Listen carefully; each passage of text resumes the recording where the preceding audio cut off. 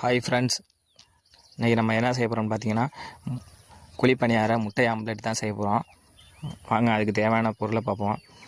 வெங்காயம், பச்சை மிளகா போட்டு நல்லா பொடிசு பொடிசாக கட் பண்ணியாச்சு. அடுத்து முட்டையை அதில் சேர்த்துக்கலாம்.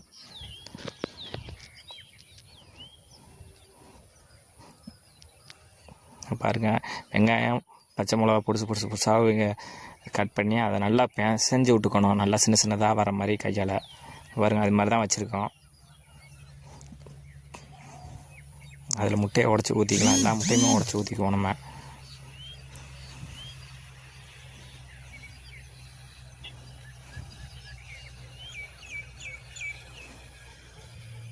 இந்த ஃபுல் வீடியோ பார்க்கணுன்னா லைக் பண்ணுங்கள், ஷேர் பண்ணுங்கள், சப்ஸ்கிரைப் பண்ணிவிட்டு நம்ம வீடியோ லிங்கை இதில் கீழே போடுறேன். அதில் வந்து பாருங்கள்.